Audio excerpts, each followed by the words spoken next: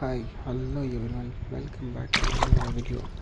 நாம் எப்பயும் பார்க்குற மாதிரி தான் இன்றைக்கும் நம்ம அலிகேட்டர் ஃபீட் பண்ணுற வீடியோஸ் தான் பார்த்துட்ருக்கோம்.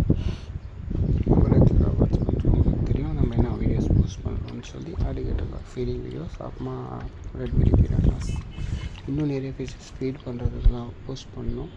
கூடிய சீக்கிரம் அந்த வீடியோஸ் நான் போஸ்ட் பண்ண பார்க்குறேன்.